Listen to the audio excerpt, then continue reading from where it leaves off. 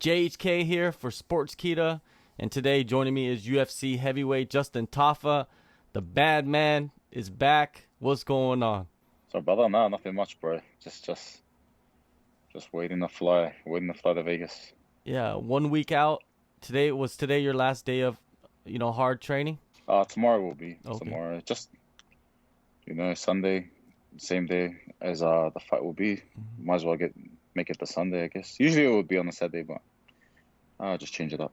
Yeah, it's different because for us on this side of the world, it's Sunday morning. We watch the fights, right? For them, it's Saturday night. It's Saturday night. Yeah, for sure.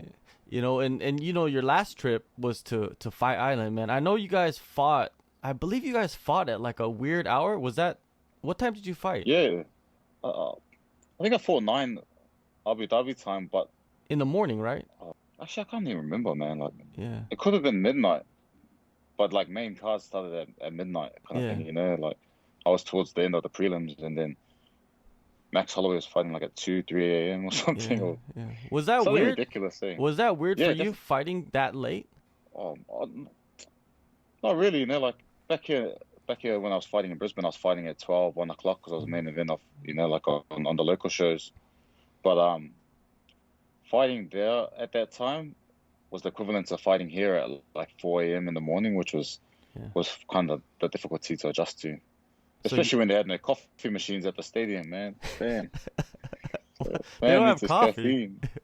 No, I had no coffee. I just sit there all those hours and just muster some energy. Eh? Yeah, fighting at that hour, man. Like I talked to a lot of fighters, man. They after going through that, even it doesn't matter the result. They really don't want to do it again.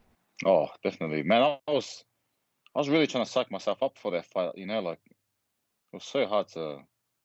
I'm not blaming jet lag or anything, but man, I asked my brothers. I was like half yawning, and I was like, "Shit!" No coffee or anything to get me kicking, and I was like, "Damn, I need to find something to wake me up." But yeah, it was a good lesson to learn. That fight, man, Carlos Felipe in January, you were definitely awake, man, because that every time you guys threw a punch, everybody was like, everybody, they gave that like, oh, they don't know when the knockout was going to come either way, what I mean? So going through that kind of a battle, man, I think that's probably the first one you've been through, right, in your MMA career. Yeah. Coming out of it, Definitely. Watching it again, what's your feelings on that fight? Personally, I felt I was hard done by,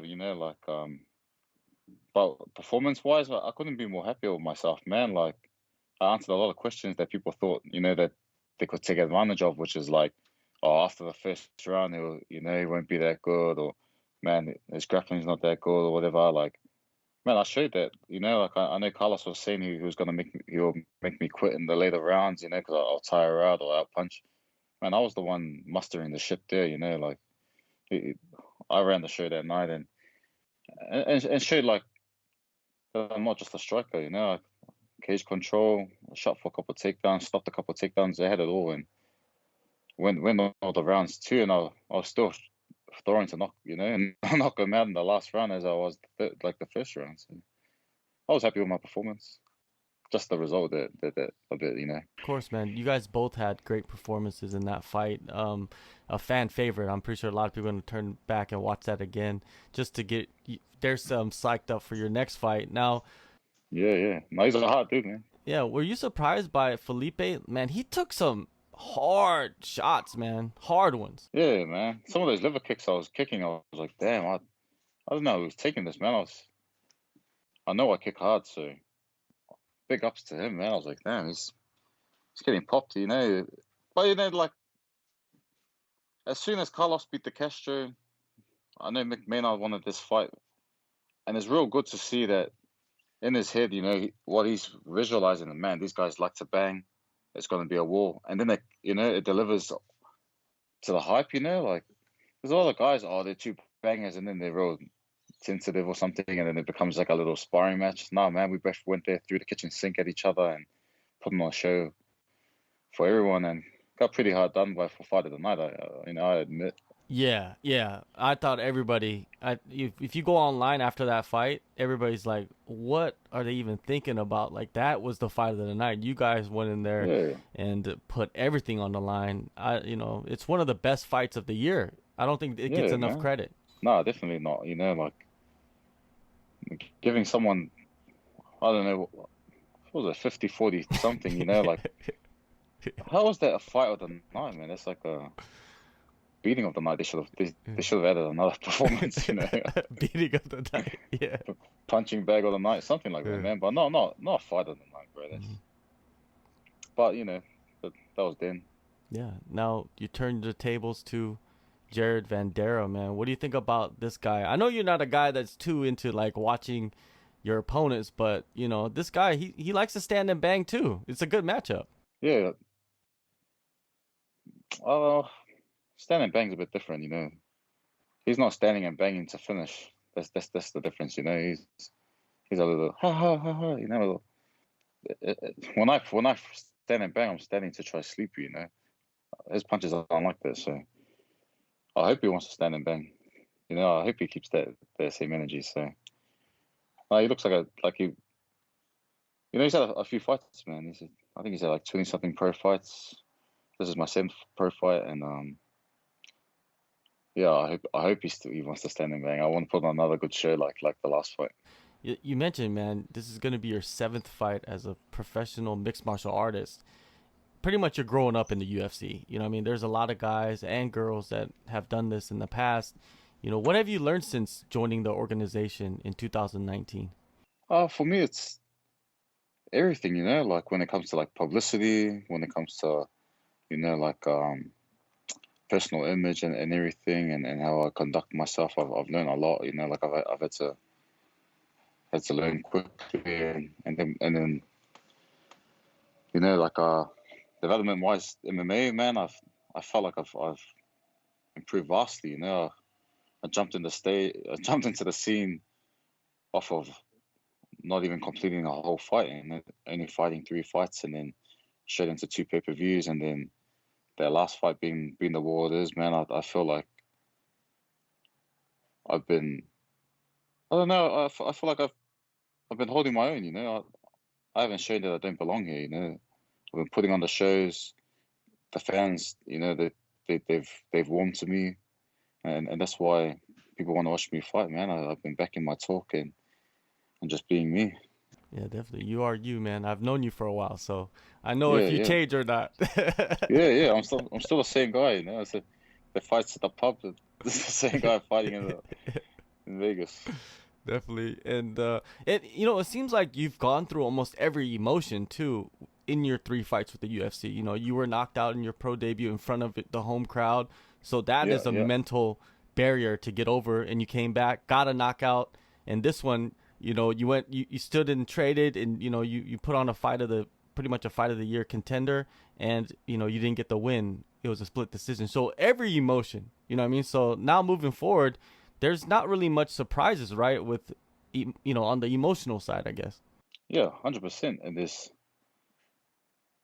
I really like that last fight. I really wanted to show people my improvement, especially because Carlos had defeated the Castro the way he did.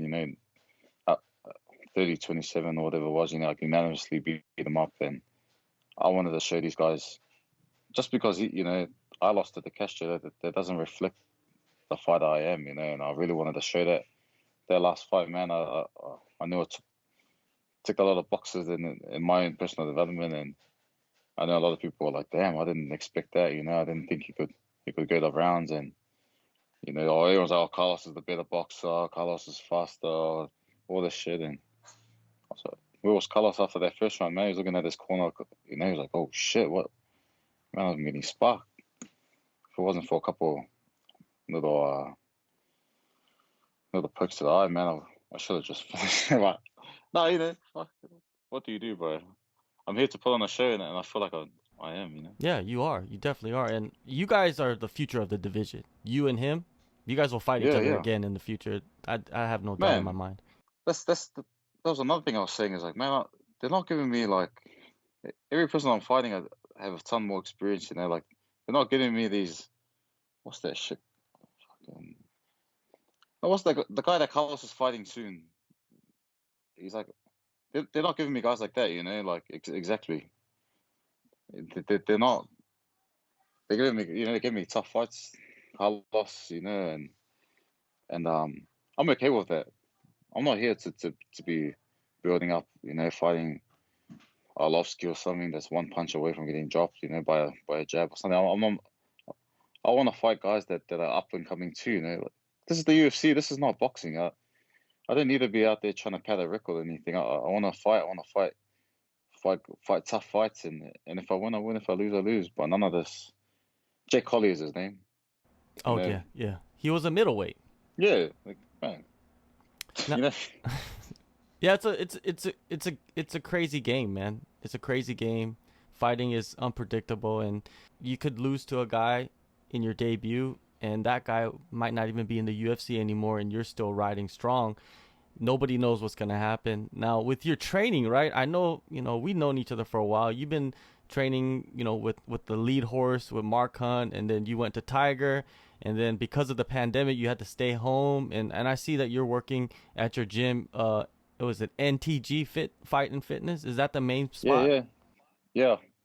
Most of all my camps been at NTG this time around.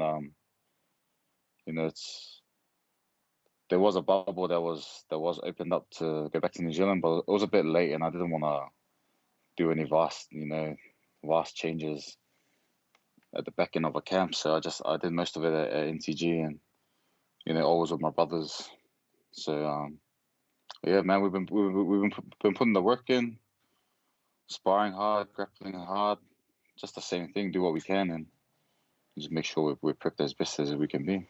Definitely. And speaking of Tiger, some of the boys are in Vegas, so you're gonna be able to go meet up with them, huh?